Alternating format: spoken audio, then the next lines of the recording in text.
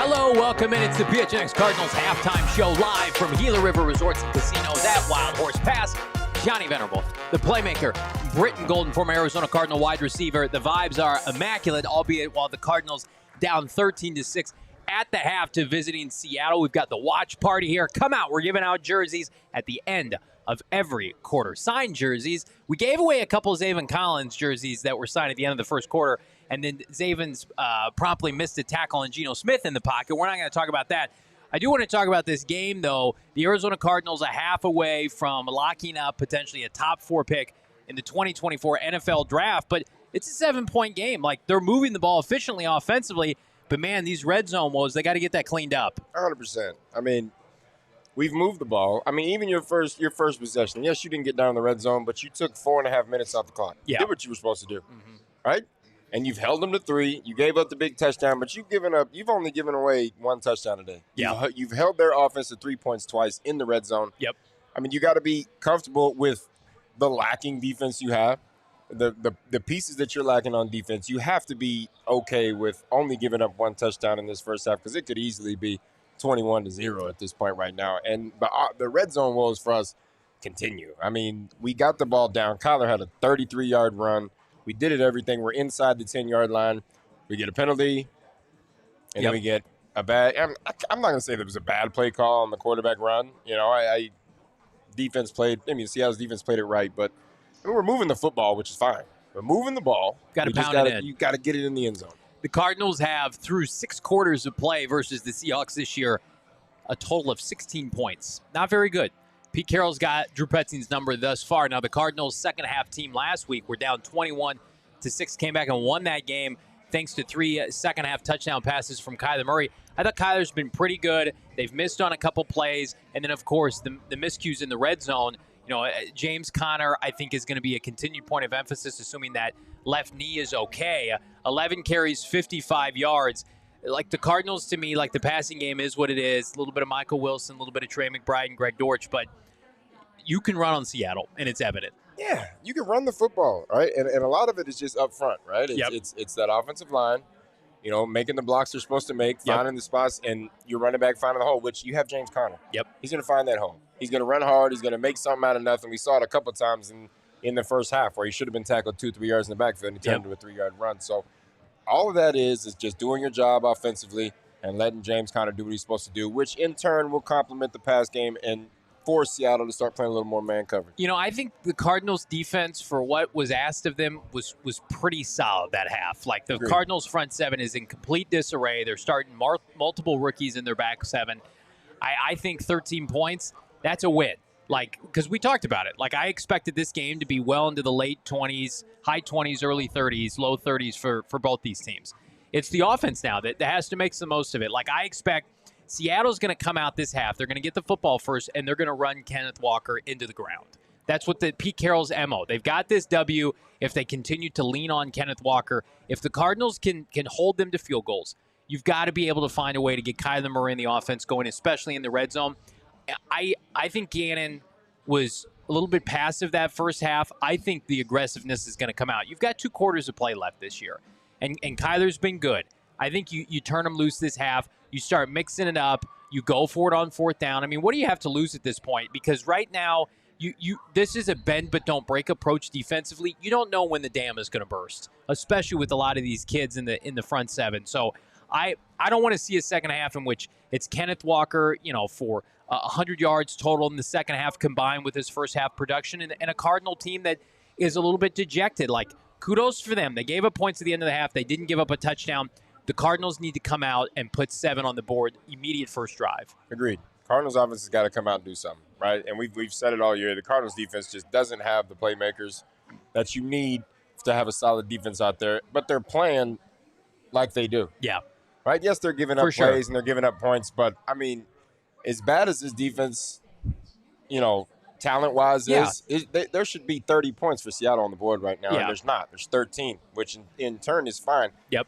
Pete Carroll said it before the game. They were talking about it on the air that, you're going to have a heavy dose of Kenneth Walker this game anyway. Yeah. And like you said, I expect second half them to hand that ball off as many times as they can, right? And the Cardinals defense has to find a way to stop this run. Yep. Just keep them to 2 yards, 2-yard rushes or less, and force them to throw the ball.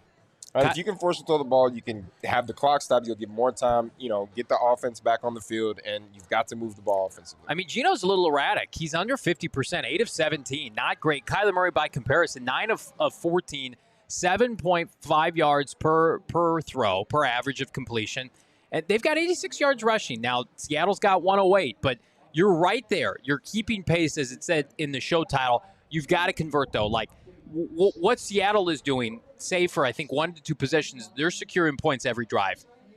Cardinals can't punt the football anymore. Like, it just feels like you've got to go into the second half and empty the bag of tricks, empty the clip. A couple statistics here. Trey McBride, 1 catch for 25 yards on the opening drive. Like, that has to change. He had a couple miscues in the red zone. He probably dropped a touchdown. He had the false start. You got to get 85 involved. Like, you can't win this game without Trey McBride having an impact. Greg Dortch, 2 for 14, 2 catches. You got to get him more involved. And, I've liked what I've seen, except for when Michael Wilson was offsides. I like what I've seen from number 14. So the playmakers, when you throw them the ball, are converting. You got to open it up a little bit. And so I love the play call. James Conner on third down. You get the draw. You pick up yardage. You got to keep the Seattle defense on its toes, because it does feel like when Seattle knows Arizona's going to run the ball, they limit James to about 2 to 3 yards. But when you mix it up a little bit, and they've lost some personnel this game, there are chunk plays to be had. It feels like the Cardinals are on the cusp of that, but you got to have your defense come out and do it one more time to start the second half. Agreed. Defense has got to come out and get the ball back in the offense's hands. Whether it's a 3-and-out or not, you just got to find a way to make Seattle punt this football and not put points on the board. And then, like you said, you need to see a heavy dose of James Conner. You need to see a heavy dose of Trey McBride, and then get your receivers involved at the same time. People are asking for a draft update, asking you shall receive. If the Arizona Cardinals lose this game, they will pick no worse than 4th, where they started today. The New England Patriots wet the bed this morning. They're locked in for a top pick. The Commanders losing by 11 right now at home against the Dallas Cowboys. Now, the interesting thing is this. The New York Giants are destroying the Philadelphia Eagles. The Eagles have all but quit. Jalen Hurts is hurt. A.J. Brown went down. The Giants are up 24-0. At what point, potentially, and I know there's seeding involved, and maybe the Dallas wants the 2 seed, does Dallas pull starters? Does Dak Prescott, CeeDee Lamb, Micah Parsons, Tony Pollard get removed from the Washington game? Would that open up an opportunity? And I want the Cardinals to win this game, but if they don't, we need to be rooting hard for the Washington Commanders to come back in the second half. They are down 11. And they have made a point to keep things interesting in the second half, albeit that, they have trouble converting W's. We've seen that. But here's the headline. Cardinals are not going to drop pending a complete collapse by New York below pick 5. And they can pick up to pick 3. So they're either going to pick 3, 4, or 5 right now. Which is not a bad. No. I mean, you're going to get a very solid player in any one of those spots right there. So, I mean, draft-wise, I understand. Fan-wise, where you're looking at draft pick. You want that high draft pick. But at this point, I know what's going on in that locker room because I was in that locker room, and I know how an NFL player thinks, and they don't give a shit about your draft pick. That's I can true. promise That's you true. that right now. Yeah.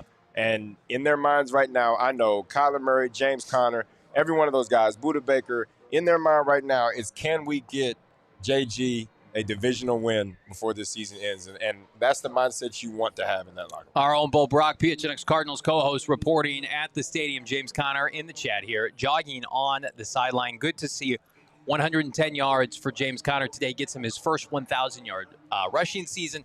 55 yards, more to go for JC. You'd love to see that happen. A couple other updates here. Chicago losing to Green Bay now 14-6. No touchdowns for the great Justin Fields. I say that tongue-in-cheek, but we're rooting for the Chicago Bears to take Caleb Williams first overall for obvious reasons. The Chargers down 4 in the red zone for Kansas City. If the Chargers win, if the Giants win, the Titans have already won, the Cardinals will be locked in to a top 4 pick, regardless of the outcome. So I think Cardinal fans, if you're not doing this already, root for the Cardinals this second half. I think there are very little downside to the Cardinals playing well and winning this game. It's a tall task, but I'm going to tell you right now, this team, they've been a second-half team as of late. I like what they did against Philadelphia. Can they come out and make Geno Smith force an errant throw that I think he's close to making? He's not. It's Geno Smith. Don't get me wrong. Geno Smith played a hell of a football season last year. Yeah. And he's played great football this year. But we saw Geno Smith in the first 7-8 years of his career. Yep. He is very apt to making a mistake He's throwing an that average football. player. Yeah. He's definitely going to make mistakes. Yeah. Right? And that's going to start with the front seven. Yes, we are lacking. We've been talking about it all year. We're lacking on the front seven. But we've gotten pressure today. We've been close to sacking him a couple times today. If you can keep that pressure coming in and hopefully your back end holds up, you can force an errant throw from Geno. We're going to be back live immediately following the second half here. Do us a favor, like this video, subscribe to PHNX Sports here on YouTube. If you're in the area, come out to Gila River Resorts and Casinos for the second half. Chances to win a Kyler Murray jersey, maybe a Fitz jersey. Ever heard of him? We got more fun in store. Do the Cardinals have a dub in store? For BG, I'm Johnny Venerable. We'll see you on the postgame show. We all silly like the mayor.